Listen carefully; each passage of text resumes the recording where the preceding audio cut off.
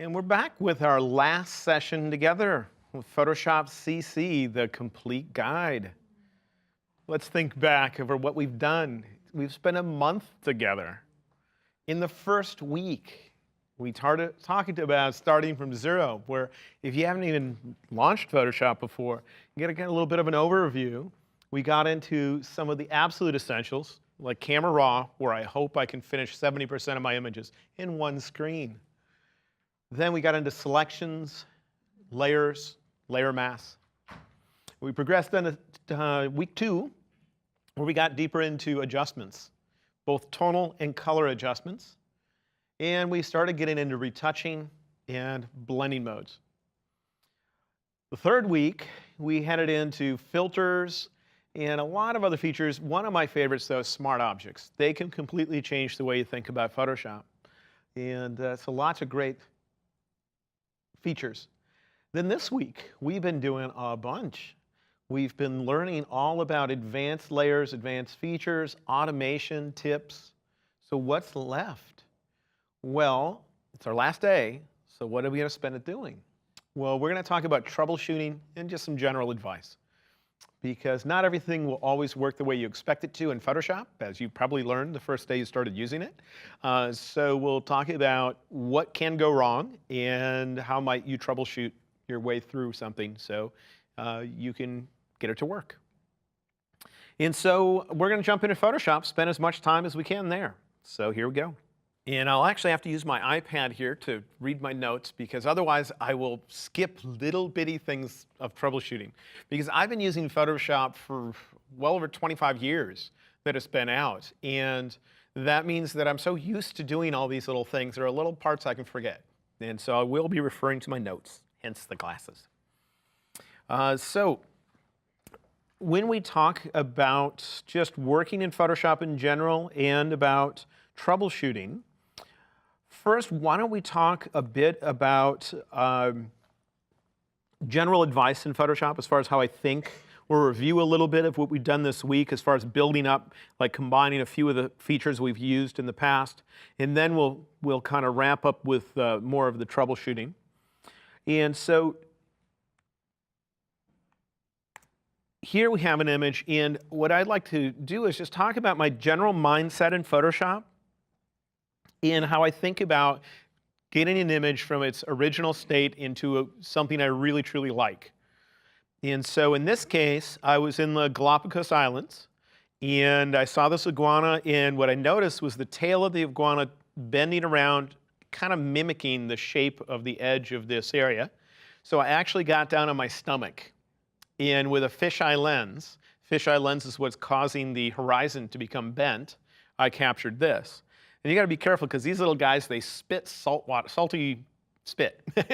And so, but he held still for a while. Let me show you the end result, though. If this is the before, this is the after. Now, when you see the after, right after staring at the before, it feels like the iguana sitting there is kind of odd, because you're comparing it to what you saw before. Had you never seen the original, if you look at this image, just ask yourself, where does your eye go first?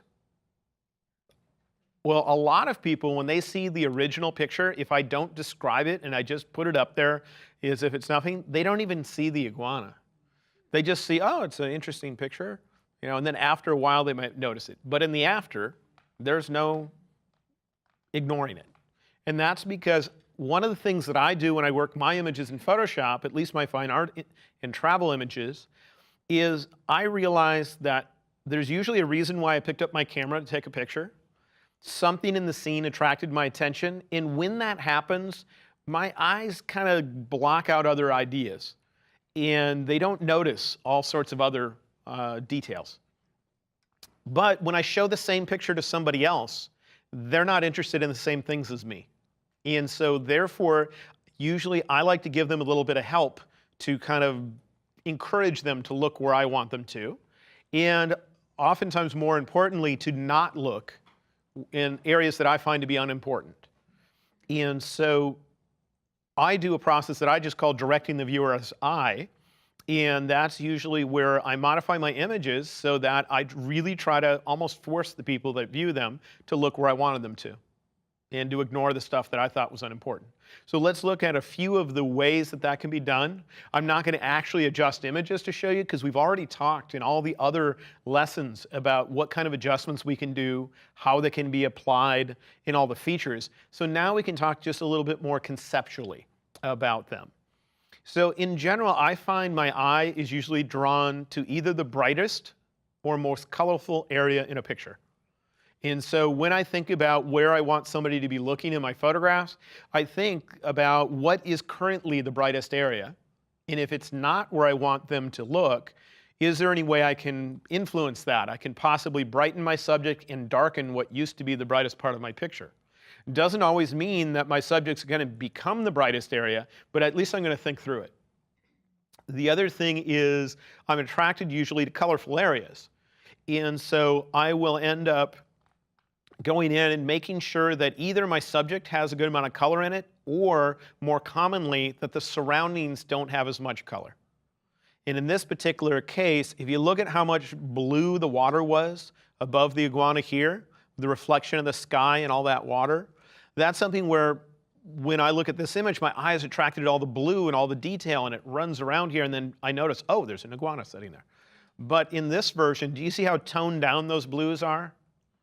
So my eye isn't as excited about those colors. Instead, it's searching for something of interest, and it looks for it in detail and color. And so very commonly, I will end up toning down the color in the rest of the image.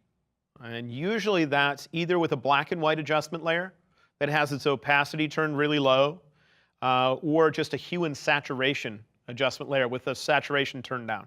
And I'll just turn it down and say, well, when would I actually start noticing, realizing this has been done, versus just not realizing that anything's been adjusted? And I try to get it to that point where I'm like, this is the most I think I can get away with before somebody might say, wait a minute, there's something been done. Now this image, you would notice that that guy's really standing out only if you see the original picture, I think. Otherwise, it just looks like, wow, yeah, he's standing there and he just happens to look quite different than his surroundings. So let's look at some other images. I'll show you a more stylistic, it's kind of an older image that I did from Route 66.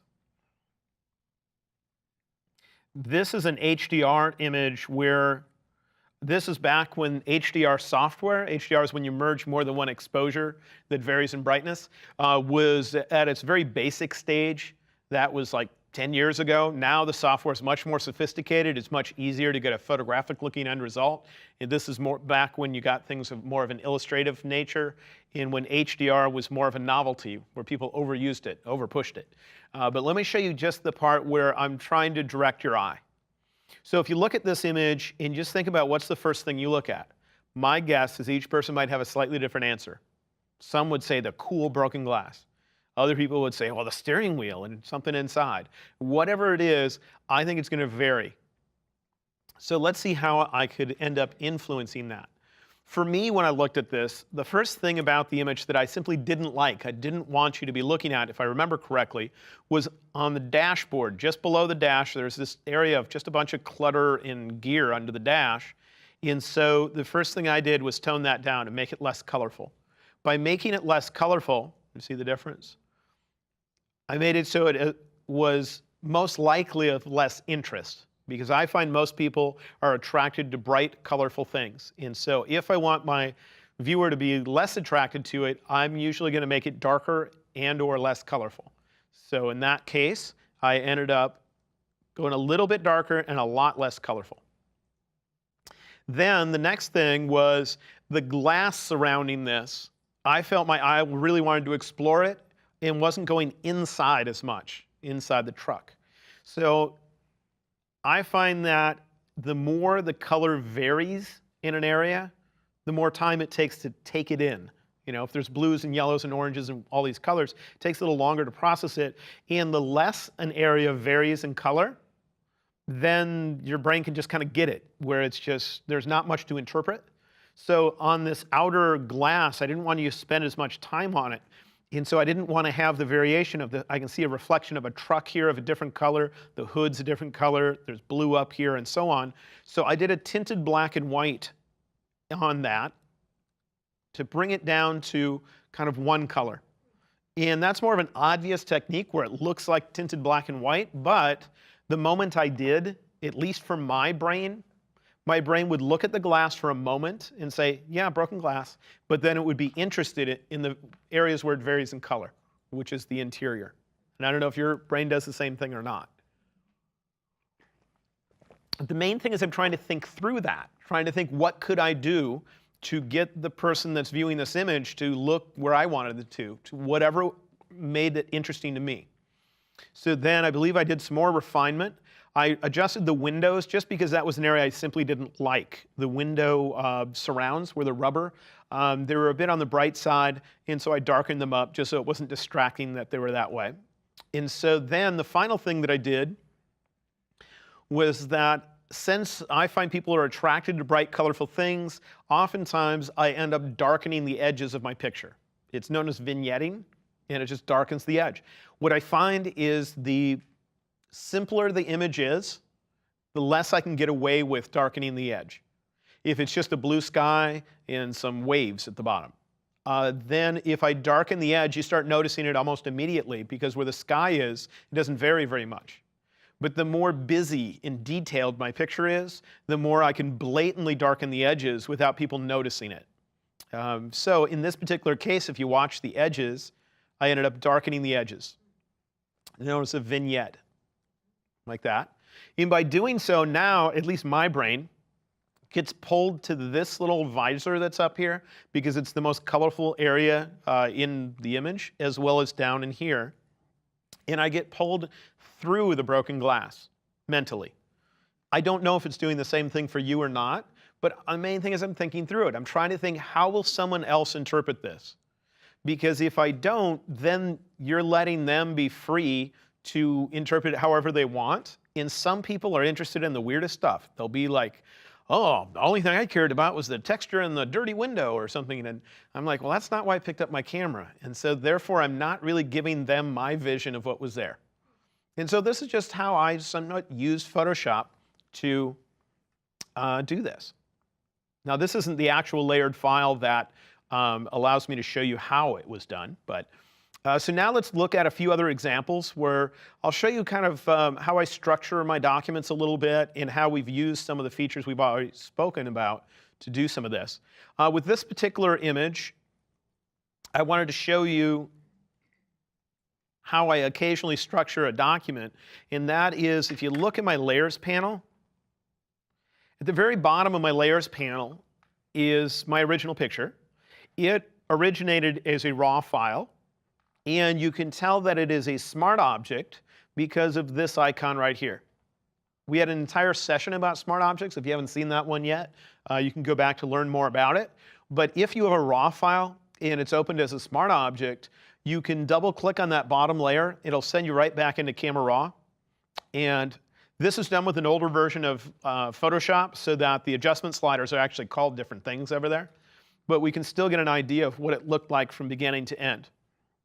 I'm going to go to this side menu on the right and choose Camera Raw defaults to see what it would look like if it had never been adjusted before.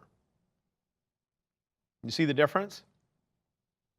So that's my original. That's what my camera captured. Now, when I look at that, my eye explores the surroundings, the area that's detailed in the doorway. And I notice the kids, and I glance at them for a second, and then I start exploring all this detail around the edge. I'm not sure if that's what your eye does or not. But what I wanted your eye to do is to look at the kids and think of these monks and see the surroundings as a nice accessory to it, but not the primary thing to explore. So in Camera Raw, if I choose undo, I'll see what my end result was. This is as far as I got it in Camera Raw, which is quite a ways. But when you look at this version of it, now when you think about what do you look at, well, I spent a lot more time looking at the two monks that are there. And I believe the reason why that is because my eye is attracted to bright, colorful things. And so I made sure that the area where I wanted my eye to go was where it was bright and colorful. In that anything else became darker, less colorful. Now, this is as far as I got it here in Camera Raw. When you're in Camera Raw, if you're just opening the picture for the first time, instead of editing a smart object like I am right now, in the lower right, you usually have a button that says Open Image. If you hold down Shift, it changed to Open Object. And that means it would open as a smart object, which is how I opened it here. Just so you're aware, I'm not sure if it'll show it to me right now or not, but there's some text at the bottom of my image down here. And if I click on that text, it'll bring up some settings. In one of the settings right here, this would make it open as a smart object by default.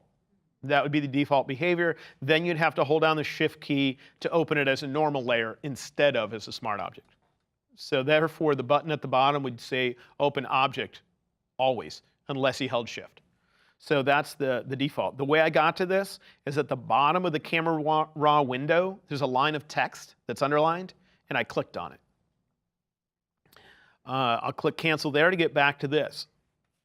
Then I didn't have the masking features built into Camera Raw to do what I next wanted to do, which is to get you to have fewer distractions if you were to look away from the subject. So let's see what I ended up doing to adjust this. If you look at the top of the image, I can see some yellow, a little hint of yellow in the very corner and a little bit of yellow here. Well, your eye is drawn to color and to brightness. And so even that little hint of yellow is something where your eye will most likely flick up there just to see what it is. And so I had an adjustment layer called Hue and Saturation, where I lowered the saturation and I painted it in just up there. So do you see how the yellow is being lessened? Therefore, if your eye is attracted to color and brightness, now what are your only choices? The monks, right? Then I wanted to make these edges stand out, and I also like to have the edges of my photograph to be the darkest areas on a lot of the images, just because then your eye is drawn more to the bright center. And in this particular case, I did a curves adjustment layer, and I darkened and look at the edge of the photograph. Do you see how that really darkened it up? And it just tried to make it so the interesting stuff is concentrated a little bit closer to the middle, and I try to make it so the least interesting part of a lot of my images are right around the edges. Then the final thing that I did to this image is at the very top, and it's really hard to see right now, but up here there's a little bit of areas that are brighter than their surroundings, so the top one just darkened the very top edge. If I turn it on and off, you might be able to see at the very top edge. And so if you think about what the original looked like, with the original, that one, when I looked at it, my eye explored the wood, and that was the primary thing that I did. I just jumped all over the wood. But in the after, my eyes go to what I was interested in as a photographer, the reason why I picked up my camera. And the stuff in the surroundings, I chose to put these two monks there to have something interesting along with them, but I didn't want it to distract from them so much. And I felt that I was able to accomplish that, but only through my vision of what I can do in Photoshop. Does that make sense? So that's kind of how I think about Photoshop a bit. And so let's look at another example that I think we've shown you before, but at least I can show you. In this image, when you look at it, just think about, where does your eye go? My eye looks at a blatant trailer that's in front of me, and then it starts jumping around to flowers, to chair, and then the trailer's in the background, and it keeps exploring. Look at my end result and tell me where your eye goes. You know? It should, I hope, go to the trailer, the flowers, and the chair. That's what I was interested in. So if we compare it to the original, part of it is what I call weeds be gone, which is pull the weeds out of my photograph. And the weeds are the things that I didn't care about at the time I took the photo, and I might not have even noticed at the time I took the photo. But I know if I present the photo to someone else, they have totally different interests to me, and they're welcome to look at anything, and they're going to start looking at all that stuff. So I ended up retouching out the trailer on the right, the trailer on the left, and this little red hose. And I wanted the area for you to look at to be the brightest part of the photograph. So in this case, I put a texture over the background. And what did that texture do? It made it so the color in the background didn't vary as much. And if you make it so there's not as much varied color, it doesn't take as much time for your brain to kind of absorb the contents that are there. And I usually find it takes more time for me to interpret where the color varies a lot. And so I made it so where the subject of the photo is, where I wanted you to look, is where the color varies. And it's also where it's brightest and most colorful. So that's kind of how I work when I try to direct people's eye to things. I'm not saying that's what you should do in all your photographs. What I'm just saying is it would be useful to think through it and to either develop a personal style as one part of it, and that's kind of my personal style, is to help direct you into my photos and share my vision of what the photo should be. But part of it can just be stylistically presenting them with something different each time. But if you can get a more of a unified look to what you photograph, then you'll find more people might come to you to hire you to create something because they don't see that same look in other people's images. And so that's some of what I try to do. Now let's look at how some of the features we've already talked about can be used to get to different end results. This is a panorama that I stitched. It's, if I remember correctly, of the Badlands in South Dakota. And I'm going to turn off the top so many layers here so we get down to the base image. That's what the original looked like. And I probably could have done a lot more in Camera Raw with a modern version of Camera Raw, but this image was created a long time ago when our tools were still pretty basic. So what's not important so much, is that I could do better now. It's that let's look at what's in my layers panel to see if it looks at all familiar based on what we did over the last month. First, I have a layer in here called Retouch, and that gets rid of just tiny little areas. If I option click on it, do you see it's parts of the sky? Option clicking on the eyeball hides everything else. Those are most likely camera dust specks, although it could be a blurry bird flying by or something else. So you notice I put my retouching layer directly above the original. Then on top of that, I have a layer here that's called Mountain Contrast. And I'm going to turn that on, and do you see how we start getting contrast in the mountains? That is most likely a curves adjustment layer. And when you have a panorama and you open it, you might find that your adjustment layers look different. Do you notice my adjustment layer here has kind of a generic half black and half white icon? If you ever see that, it means that there's not enough space in the layers panel to show you the full normal icon. If you were to go to the area below your layers and right click and get larger thumbnails, you might see the normal icon. But when you have a panorama, oftentimes the thumbnail images for your layers end up looking really wide but not very tall. And when that's the case, this icon might not look normal. Instead, it will show you the generic adjustment layer icon. Okay? But that's a curves adjustment layer. When we did curves adjustment layers, the majority of the time, did I not add 2 dots to a curve? And they represented the brightest and the darkest areas of the part I was concentrating on. Well, if I double click on this curves adjustment layer, I don't know for sure that it's 2 dots, but I'm assuming it is. Do you see 2 dots? I mean, there's always 2 dots to begin with in here on the ends, but you see them down here. And so that means I clicked on the brightest and darkest parts of the mountains most likely, and I adjusted it. Looking at what we have here, I made the darkest parts even darker. And that also caused some bright areas to get a lot brighter. The next layer up is actually a folder full of things, and it's full of adjustments. So let's turn it on, and then off, and you see the difference. Well, let's see if we can figure out what's in there to see if it's anything we've experienced before. At the bottom, I have a layer called Mountain Contrast. Oh, that's the one we already turned on, sorry. Below that, or above that, I have one called Sky Contrast. So watch what happens to the sky when I turn it on. Do you see it change? My guess is if I were to look at this curve, there's going to be 2 dots on it. Do you see the 2 dots? All that is clicking on the brightest and darkest areas of the part I was thinking of and adjusting them separately. They're like having dimmer switches for those 2 areas. Next is a hue and saturation adjustment layer. I'll turn it on, and do you see how the sky suddenly became colorful? If I double click on it, it's just turning up the saturation. We've done that, haven't we? Then I keep building the image. Here's a curves adjustment layer I'll turn on. Let's see what it does. It's adjusting the brightness of the sky. If I double click on it, it's usually 2 dots. Whichever 2 areas I was thinking of in brightness, in fine-tuning them. I just keep building it up. Here we have one that's barely using any of the image. If you look at the mask, it's mainly black. If I hit the backslash key, I can see where it's affecting the image. You see that tiny little area?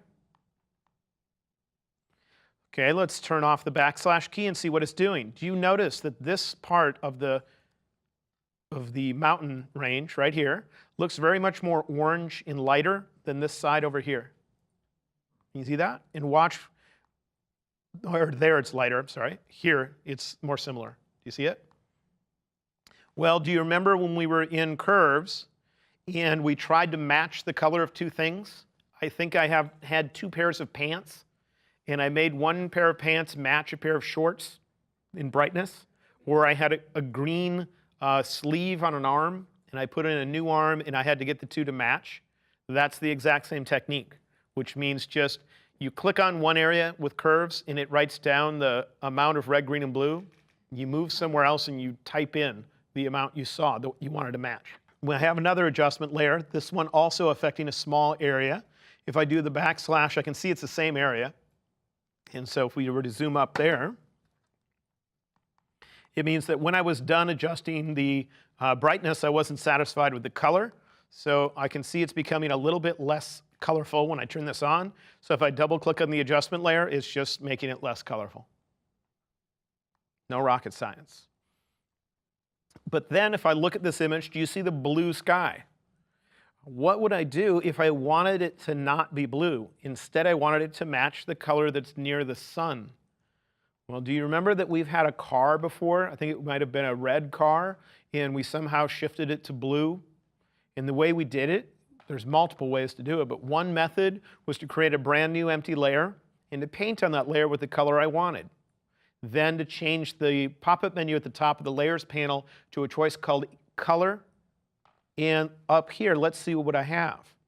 If I show you just this layer, do you see it's just paint? You see the color of the paint? That color was stolen from near the base of where the sky hits the mountains. And if I turn it on, look at what mode it's in. Color means use the color from this layer, but the brightness that's below. So if I turn that off and back on again, now it's feeling like it's more integrated throughout the whole image, I think. Then the stuff at the very top is just very small refinements. This is when I think I'm done with the image. If I'm going to be making a print, I mean, if the only use of the image is to post it on Facebook or Instagram, it's time to post kind of thing. But if I'm going to make a big print, it's time to refine it. And what I would do is zoom up to 100% view and scroll around the entire image, looking for any problems, any little areas that need to be retouched. And I think what I noticed in this case, let me find out where it is on the left side, over here, after darkening the sky so much and doing all that, I could see a little, oops, there, a little halo-ish thing where it just didn't quite look like it belonged. So this is actually a little retouching. You see how it's fixing that? And that layer is set to color mode. So what was I doing? Well, I noticed that the color there looked like it was either green or white, or I don't know what it is, but it didn't look like the surroundings. So all I did was I created a new layer. I used my eyedropper tool, and I grabbed a color either from in here or in there. I painted on that layer, and I set it to color mode, meaning use the color from this layer, the brightness that's below. So when I turned that on, it shifted the color to make it like the surroundings. But then I noticed another problem, and that was also in that area, but found also up in here. And this is when I'm getting really picky, because I was thinking of making a big print of this. And when I looked around here, I saw something I didn't like. If I turn this on, you'll see the after. But you see just that edge? It felt like it had, I don't know, I just didn't like the look, so I retouched it a little bit to make it much more well-defined. And that took time. Then, finally, I just realized this area right here felt different than the sides and everything else. I usually like the edges of my photograph to be relatively dark, so the attention's more in the middle. So here I simply did a curves adjustment layer to darken up the top, keep you in by the sun and such. And if I double click on that one, anytime you see all the different colors in different positions, that means I did the same technique we used to make a pair of pants match a pair of shorts, where we click on one area where Photoshop measures the color, and we use curves, and we type in the numbers, the RGB numbers from another area. So all that means is I clicked on this area near the top of my image, and the numbers I typed in were either similar to here or maybe here to get that to shift. Right? And so you can see how that was rather transformed. I'm just trying to show you how the same techniques we used apply. Here's another image. This one, the layers panel ends up looking very complicated. But let's just turn it all off, and we'll turn it on one at a time. Bottom layer, that's one of my original pictures. With that original picture, what I ended up having is these guys were taking a break in really tall grass. So all you can see is their antlers. But they would move around every time that I would take another photograph. They'd be looking slightly different directions. So you can see here, they're looking in a different direction, like this guy's looking over at me. And then there's a slightly different direction again, and so on. So I just took more than one photo, and I decided to combine them together to get the best expression of each of these animals. So here's my bottom layer. I decided to retouch out one of those guys, like that. Okay, that could be something like content aware fill or something similar. And as a replacement, I plopped another one in from another photograph. And I masked it so that we're only using that area. If you want to see the mask, it's just that piece. But then when I did that, I noticed the colors just weren't exactly the way I wanted them. So if I turn on this adjustment layer, you'll see you have to look at the base. Look right in here and compare it to here. And look at what I did there. Do you see it getting more brownish and stuff? That's the same technique I showed you before to make a pair of pants match a pair of shorts, which means you click on one area and then you grab the numbers from the other area to get the colors to match. Then I came in and put another one of these in, right there on the right side, and I did a similar adjustment because if you look at the base of that, it's not as yellowish as the other two. So I have another curves adjustment layer, and if I turn it on and off, do you see it change? Each one of those is clipped to the layer below. See the down pointing arrows? That's to say that it's only affecting that one layer. Then I wanted to make it so there's not something of detail near the edge of my picture because I don't want your eye attracted to the edge. And I saw this dark area here that looked different than everything else. So I grabbed another portion of one of these images, or I don't remember, I might have grabbed a completely different image taken in the same location, and I used that to cover up the few areas that I found to be distracting. At this point, I'm starting to like the image, and I just want to refine it a little bit. And I noticed that right up here in the upper right, I'm assuming this is the next thing I change because it's the next thing I think about, this area of green looks different than its surroundings. So I have a curves adjustment layer right here that just brought that in to make it look like the others. Exact same technique of making a pair of pants match a pair of shorts, if you go back to that video. Then I like to have the edges of my photograph darker than the middle, so here I vignetted it. I did it in a way where I painted just where I wanted your eye to look. It's obvious if you see me turn it on and off, but if you never saw me turn it off, it's not as obvious. And then finally, I have one final adjustment. I'm not certain what that's doing, but it might be taking this yellowish grass here and making it more like the greenish up here. I'm not certain. Yeah, okay. So that's, my brain still remembered this somewhat similar to what I have. So let's take a look at a single exposure. That's what my camera gave me. That's where Photoshop brought me. Okay? But I thought that might be helpful because we end up looking at the features in isolation. We end up doing an entire session about adjusting color, but we don't talk about how that relates to other features. And so I just wanted to give you a little feeling for how I think through that. And so those are the same features I use for directing the viewer's eye. I say, where would I want somebody to look? And I end up saying, well, okay, how can I use those features we've talked about to suppress the color everywhere else, maybe to enhance the color where I want them to look, and so on. That's my kind of process. So now why don't we look at some ways that Photoshop can get messed up, where you try to do something and it won't let you, and how you can work around it. I'll simplify some of these documents to use as examples. And all I'm going to do is merge some layers together. I'll select some layers, and there's a command under the layer menu called Merge Layers. The keyboard shortcut is Command E, and I just typed that to simplify this document. The first thing that might mess you up, you need to troubleshoot, is when you're thinking of doing something, and you go to do it, and Photoshop just won't let you. Do you see a no symbol? And sometimes when you click, it'll let you know why.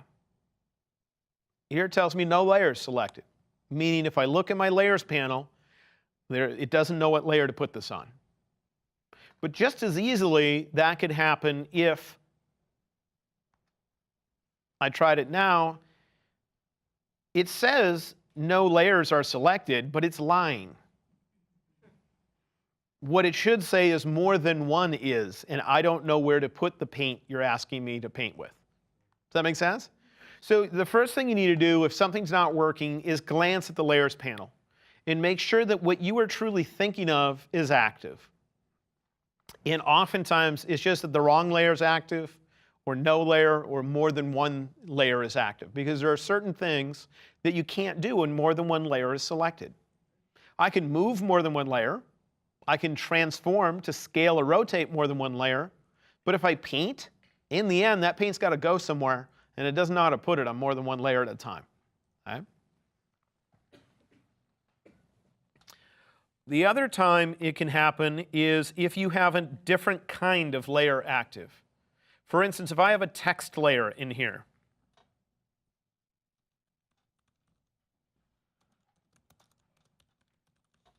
let's say I have a tiny little copyright notice in the corner of my picture.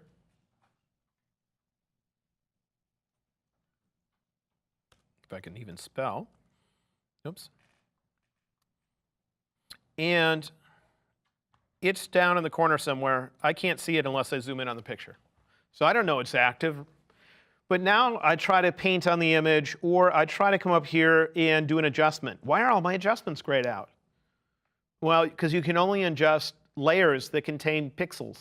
Pixels are things you can change. You could always use an adjustment layer, which goes on top and affects everything underneath, but I can't directly adjust a layer full of text. It's just the content needs to be full of a solid color, and the way I change the way it looks is change the colors in there. I can't do that.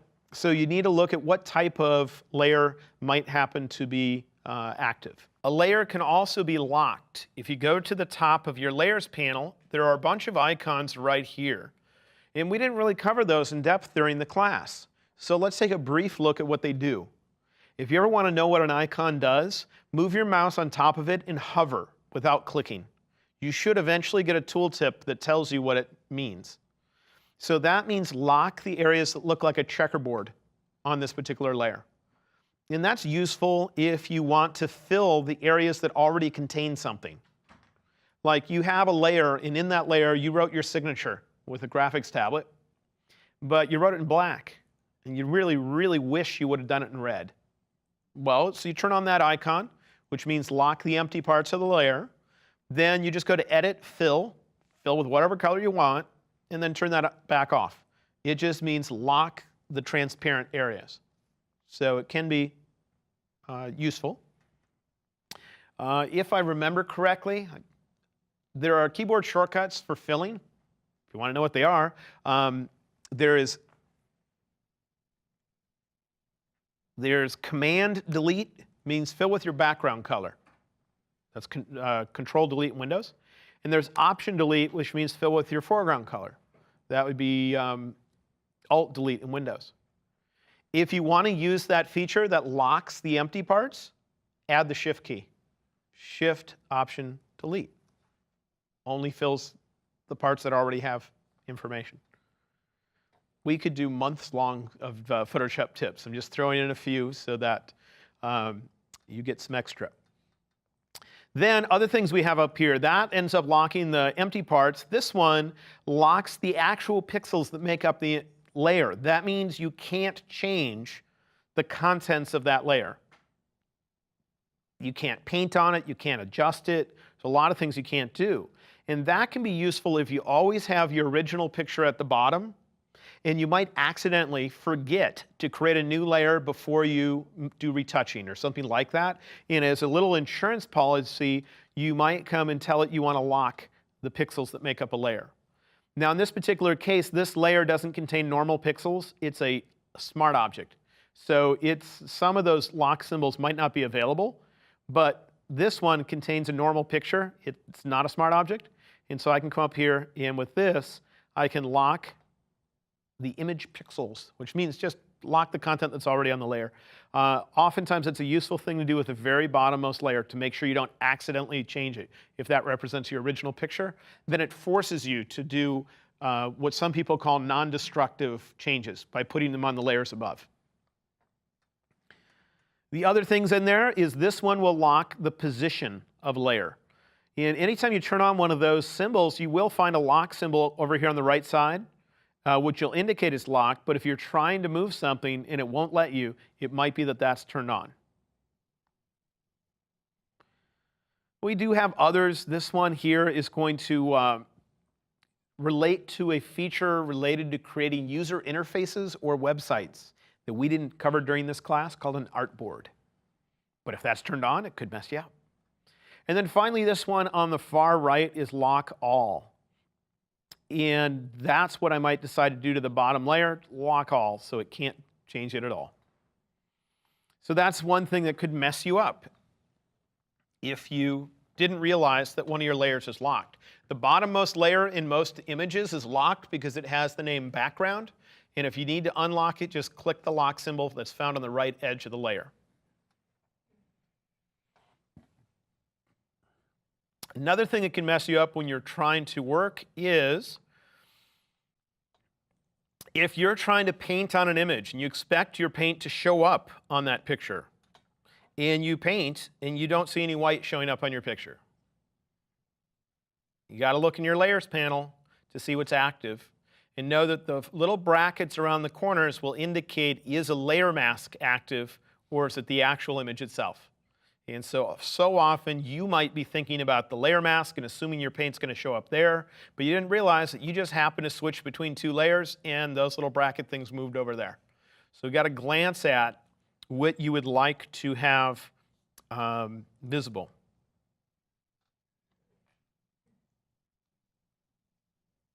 And I'll see if I can share a shortcut with you. It'll take me a moment to find it. Because it's not one that I use daily, but for those of you that do a lot of this, it might be useful. Yeah. All right. If you constantly switch between working on a layer mask and working on the image itself, and you do it all the time, there is a keyboard shortcut for switching between those two things. To work on the image itself, type Command 2.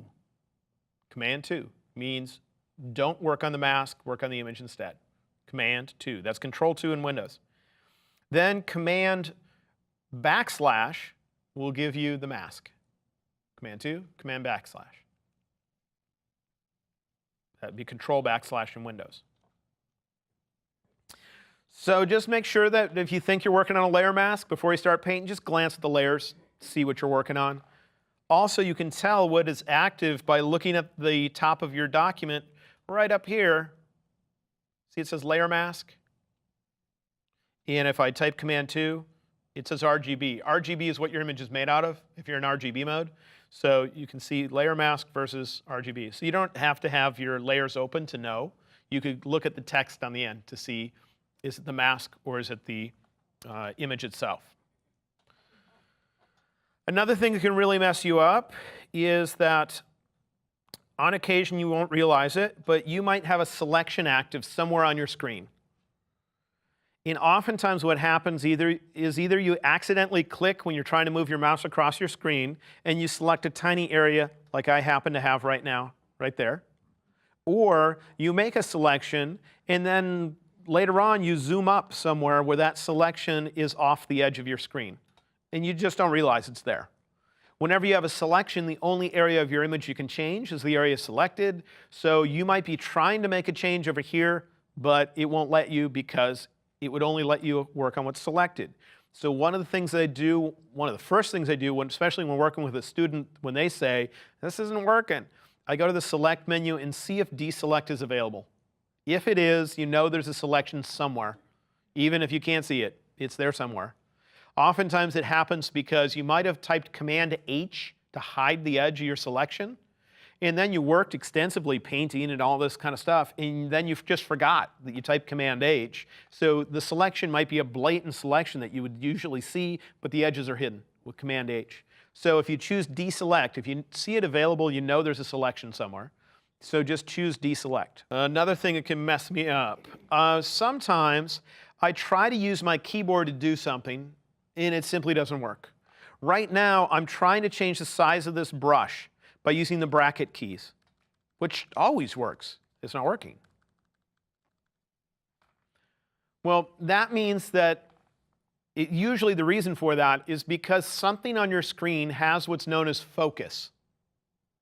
When you click on a place where you could type in text, it's known as having focus. And it will remain having focus until you're done typing in whatever's there. And at the moment, if you look at the top of my screen, the setting called opacity has focus. So if I type right now, that's where I'm typing. And I just didn't realize that I'd clicked up there. So that now when I'm typing those bracket keys, it thinks I'm trying to enter them up there in that field where I usually put a number, and it's ignoring what they usually would do. So how do I get out of that? Well, I might not see the text field. It might be so small or on the side of my screen that I don't notice it is somehow selected. So what I do is one of two things. I can either hit escape, and that aborts what I was just doing, or I can press return or enter, which means accept the number that's in there. Escape or abort. Right? So if you ever find that your keyboard shortcuts just aren't working, especially things like changing brush size, hit escape or return. Or heck, hit them both. And then try it again and see if it works, because most likely whatever text field was active is suddenly going to be inactive. Same thing can be true because you happen to have made a selection somewhere and you're typing Command T to transform it, rotate something or do something, and then you just ignore that and it's over on the side, and you try to do something else. I want to change my brush size, or I want to switch to a different tool, or do whatever it is, and it won't let you. Well, hitting escape would abort that, or hitting return would finish it. So escape or abort is always a good thing if things just seem to be a bit locked up, because you just might not realize that you're in the middle of something that Photoshop needs you to finish before you do more. This is a common one. If you ever, by chance, bump the letter Q on your keyboard, Q turns on a special mode that's called Quick Mask mode. And when I'm in Quick Mask mode, it thinks I want to paint on my picture to create a selection, where when I paint with black, a red overlay shows up on my screen. When I paint with white, it takes away from that overlay. But if I don't have a selection active at all, and I type the letter Q, it doesn't look like anything happened. But then suddenly you might realize that a lot of features aren't available, all the ones having to do with color, because you're working on something that's a black and white thing. It's a quick mask. It's made out of black and white. And you might realize that when you do certain things, it just doesn't seem to make sense. It doesn't react the way you want. So you can't see it on my screen, but if you're on a normal computer screen, you usually can, and that is at the bottom of your tools panel, way down below your foreground and background colors. You can almost see it. Right down here would be an icon for Quick Mask. And if I type the letter Q, you can actually see it turning on and off, even on my screen. But it's being cut off because when we do the video for Creative Live, we artificially make the screen smaller in a way that cuts off Photoshop's interface at the very bottom of the Tools panel. But what I would do is, if you notice that just stuff is not working out, it seems like nothing that relates to color is available, and the things that are available don't seem to do what I expect them to. Just glance down there and see if that Quick Mask icon is pushed in. And if it is, click on it, turn it off, or type the letter Q. That does the same thing. Another clue that you might be in Quick Mask mode is if you click on your foreground color and choose a color, like bright red, and when you click on OK, you don't get a color. It's a shade of gray. That means whatever's active right now is something that can only handle shades of gray. You're either on a layer mask or Quick Mask is turned on. Of course, you're not ignoring that. That makes you look more intently. It's just like when we passed around the stick drive today with the files for class, I had a folder on there called "Do Not Copy This," and I bet you 6 people opened it and started looking in there, you know. Same kind of thing when I say ignore this. But if you attempt to apply a filter and you find that that filter, like in my case, Filter Gallery, or some of these other filters like Smart Blur down at the bottom, will just be grayed out. Lighting effects is grayed out. If whatever filter you want isn't available, I would go to the Image menu, choose Mode, and first see if you're in any unusual mode up here. The filters usually work best in RGB mode. But then down here, you have 8 versus 16-bit. And we have a whole bonus video about what that stuff means. But know that all the filters work in 8-bit, and a few of them don't if you're in 16-bit. So if you need a particular filter, if that's really important, and you're in 16-bit, you might need to switch to 8, because then when you go to render, now lighting effects is available, whereas before it was grayed out. So see what mode you're in, and see what bit depth you're in. As far as the mode goes, if you ever download an image from the internet and open it, you might find that all sorts of features in Photoshop don't work. And if that's the case, I bet you that image is in a mode called indexed color. Indexed color is a special mode mainly used for the internet. It's used to reduce the amount of information your image is made out of. And you're going to find it anytime you open a GIF file, GIF, which is what a lot of company logos are on the internet. If you do that, you open it up, just nothing seems to work in Photoshop.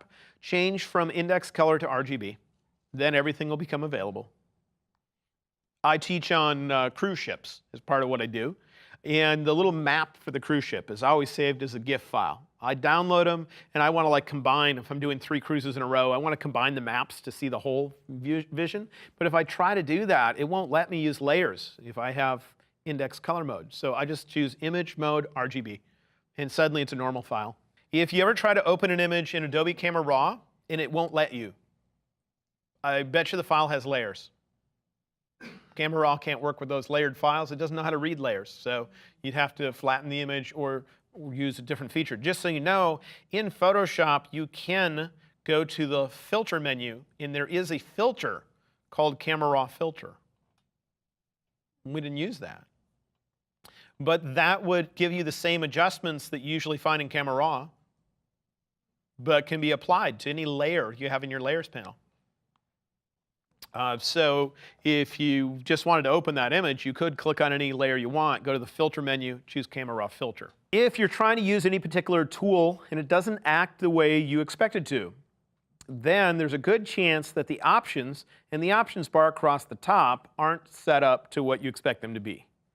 So if the tool is not acting the way you want it to be, go to the far left of the options bar where you see a copy of the tool's icon and right-click on it. If you choose Reset Tool, it will reset all the settings in the options bar to the defaults. And therefore, it'll probably start acting normal again, because you just might have had a weird setting in there. Usually it's the blending mode, or your opacity is turned down, or something similar. Here's one that I constantly get questions about, and that is sometimes people will be using the paintbrush tool, or any other tool that would usually present them with a brush, but instead they see a crosshair. And some people have had this problem where they're trying so hard to fix it, they reinstall Photoshop, and it still has the problem. And they don't know what to do. Well, there are a couple reasons why you might have a crosshair. The first one is if you happen to have a brush that is larger than your screen, meaning it usually happens when you're zoomed up really close like this, and you just happen to have a brush that would be larger than your computer screen. Then it's only going to show you where the center of the brush is, because otherwise it would show you nothing, because the big circle that mentions your brush would be outside your screen. But the second and more common reason is if you hold down or just press the caps lock key on your keyboard. Caps lock gives you a precise cursor. And so if you press caps lock, you get a crosshair with your painting and retouching tools. Doesn't matter if you reinstall Photoshop, if caps lock is still turned on, you're still going to have a crosshair. Okay? Now, on occasion, it still gets stuck in that mode under no fault of yourself. Just Photoshop gets tired and sticks on it. And on occasion, you'll need to reset your Photoshop preferences to just clear them out, to kind of wake Photoshop back up. You can reset your preferences when you launch Photoshop.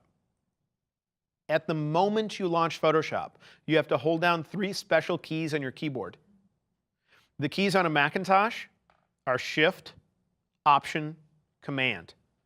So that means you click Photoshop to launch it, and immediately start holding down those keys. And then Photoshop should bring up a little window that says, would you like me to reset the preferences? And you say yes. But on fast computers these days, the kind that have SSD drives built in, you got to be so fast it's crazy because it launches so quick. On Windows, that would be Shift, Alt, Control that you'd hold down. Can you push the keys before you launch the Photoshop? Not usually, because your operating system has different uses for those keys. So for instance, holding down Shift, when you click, and then if you click again, it's just going to select and then deselect that particular thing. Shift means toggle, is this selected or not? So it depends. I don't know, on Windows there's a small chance you can, but on the Mac, if I have those keys held down before I double click on Photoshop, it thinks that I'm not double clicking. It thinks I'm doing something else because those keys have other meanings. But you can try just in case. There's also a physical file on your hard drive that is the preferences file. And if you can find out where it is on your hard drive, you could drag it to the trash when Photoshop's not running. Then when it next starts up, it will realize there's no preferences, so it'll create a brand new preferences file from scratch. But I can't think of exactly where it's stored. I'm sure you could Google it and somebody will tell you. All right. If you create an image in Photoshop and you end up using Lightroom to manage your images, and you find that that image will not show up in Lightroom, what you should do is go to your Photoshop preferences. And in your preferences, I bet you it's under File Handling, but if it's not, it'll take me a minute to find it. There's a choice called Maximize Compatibility. And I'm looking for it. Let me know if you see it, because it's not, yeah, here it is. Maximize PSD, that means Photoshop file format. In PSB, that means Photoshop Big, meaning if you make massive files, you might be forced to use that. File compatibility, always. That's what I have this set to. With default settings, when you save a Photoshop file image, it will ask you each time you save, do you want to maximize compatibility? But there will be a checkbox that says don't show again. And I always turn on don't show again. And I tell it, yes, I want to maximize compatibility. That has to be on when you save your images in Photoshop file format in order to make them show up in Lightroom and in a lot of other programs. And the reason for it is the Photoshop file format does not have to save within it a flattened version of your image, meaning a version that doesn't have layers. It doesn't have to do that. It can save only the individual pieces that make up the layers. And if you try to load that file into a program that doesn't understand layers, it doesn't know how to read those individual pieces and make the composite or the final result. So maximize Photoshop compatibility, that saves not only the individual pieces, the layers that you have within your document, but also a flattened version of the image that's sitting there just for programs that do not understand what layers are. Then they can read that in, and they'll just ignore the layers. The layers will only be used if you open the image in Photoshop. Now, that setting is not needed for the TIFF file format. The TIFF file format, by default, always saves a flattened version of your picture within, and then it's optional to have the layered information in there, but it always has the flattened version, so there is no maximize for TIFF. It's always got that piece in there. Otherwise, if something doesn't show up in Lightroom and you saved it into a folder that has already been imported into Lightroom, then in Lightroom, in your folders list, if you see the folder sitting there, you know you've put a file in there from Photoshop and it's not showing up, right-click on that folder in Lightroom. And there will be a choice called Synchronize Folder. Synchronize Folder means compare your hard drive to what Lightroom is showing to make sure they're in sync. And if they're not, that means that there's a file in there it'll realize is missing. It will import it into Lightroom.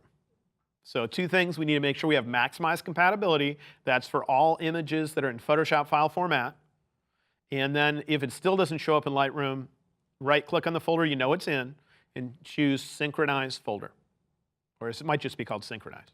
If you ever get an error message that says your scratch disks are full, that means your hard drive is full. And Photoshop is trying to use your hard drive to keep track of what you've been doing to your picture, and it run out of space, and so it won't let you do any more to your picture because you want to be able to undo things, and in order to undo things, it needs to remember what your picture used to look like, and it's doing that in a little file that it calls the scratch disk.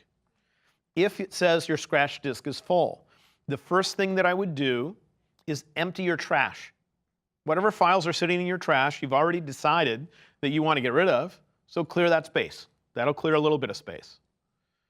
Then another thing you can do is in Bridge, I think it's in Bridge, there's going to be in your preferences, and it'll take me a moment to find it. It might be in my, somewhere in your preferences, right down here, under Cache, there is a choice called, so I went to Bridge, I went to the Bridge menu and chose Preferences. In Windows, it'd be under the Edit menu.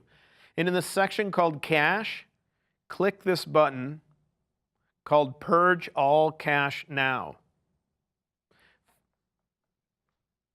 When you browse folders using Bridge, it stores some information so that if you revisit a folder later, it doesn't have to take the time to read all those files to figure out what they look like and create the previews. So it caches them, meaning stores them. And that can take up some space. So if Photoshop is totally out of space, it says scratch disk is full, we need to do something to free up space on our hard drive. So we've emptied our trash. Now I've gone to my Bridge preferences and I click that button. That's going to make it so now Bridge is going to clear out some space on my hard drive. It's going to also make it so when I next revisit a folder, it'll take a little bit longer for the images to show up because it's got to remake the cache. Then in Photoshop, go to the Edit menu. There's a choice under Purge. And this is where we can purge our undos, or this just means our last undo, if the last thing we did was huge. I have a 40 megabyte image or something, and I just duplicated the layer, and it wants to be able to undo that, so it stores all that in memory. I could purge my very last undo. Or I could purge all my undos by purging history. Had I copied a huge picture, the place it gets stored is the clipboard, and I could purge my clipboard. I haven't copied anything, so there's nothing there right now. Or I could purge all. And when I purge all, that means there's just less information that Photoshop needs to keep track of in that scratch disk. So now you're hopefully going to be able to complete what you're doing. The worst time to have scratch disk is full happen is when you're done and you want to save your picture. And now there's no space on your hard drive to save it. So you're like, what can I do? You know? That's when you empty your trash, you purge the other things. You go looking on your hard drive for all the junk you don't need, and you throw it away, empty your trash, whatever it happens to be. There are a bunch of little tricks we can use related to that. Here's one of those if you want to mess up a coworker. I'll show you a lot of those where if you use an adjustment a lot, sometimes people do an adjustment. I don't know what I'm adjusting here. Probably should make sure I'm viewing it. I might be adjusting a mask. We'll see. Okay, you see I'm adjusting an area. A lot of people turn the preview checkbox and their adjustments off and on to see before and after, like that. If you happen to leave it off when you click OK, that setting is sticky, meaning it will remember. So if you choose image adjustments, what was I in, levels? The next time I go in there and I try to make a change to my image, whatever I do, doesn't matter how far I move these sliders, I see nothing. Why? Because it's not previewing the change. I'd only see the change when you click OK. So you want to mess with a coworker, go into each one of their adjustments, turn off preview, click OK. Then they'll be like, nothing's working, you know. So you get the idea that there's a whole bunch of ways that Photoshop can get in your way and that you have to kind of think through some stuff. Now, I'm sure there's more than what I've shown you here, but hopefully I've shown you a fair amount that gets your mind a little bit used to what kind of stuff might Photoshop be picky about and what kind of features could get in your way. Question or comment? She's trying to do something, and when she does, it warns her that something's going to be rasterized in the process. One of the reasons that will happen is, let's say I turn something into a smart object. And I'm not sure if I'll be able to get the warning to show up because I got to think through exactly when it would happen. But what rasterizing means is to take away the special qualities of that layer that make it either a smart object or make it a shape where it's defined by straight lines as opposed to little bitty pixels that make up an image. And rasterize means turn it into a normal layer that's just got a picture in it, you know, just made out of pixels, like a normal JPEG or something. And so you can manually rasterize something by going to the Layer menu, choosing Rasterize, and these are all the different kinds of things that might end up getting rasterized. So certain things would make text so it's no longer changeable, where instead it's just like a picture of text. That would be rasterizing the text. When might that happen? If I merge the layer that contains the text with another layer underneath. It can't keep it as text and also combine it with whatever that layer that's underneath is, even if it's more text. It turns it into normal pixels, and that means it rasterizes. Same thing can happen to a shape, a smart object, and other things. So I'd have to look at what specifically were you doing at the time it happened, but that's what it means. And there's just some things that Photoshop can't do while keeping that quality of the image, where it's still text or still a smart object. So sometimes it has to. And it's simply warning you in case you want to choose undo and try that a different way. Or maybe you want to duplicate the layer and hide the original so that you rasterize it because of whatever feature required that, but you still have the original hidden in there in case you need to get back and use it while it's in that special quality where it hasn't been rasterized. But without knowing exactly what you chose to get to it, it's hard for me to tell you exactly why it needs to. Okay? And let's wrap things up a little bit. Because if you think about what we've done today, I tried to give you a little bit of advice when it comes to Photoshop, how I think about working with it.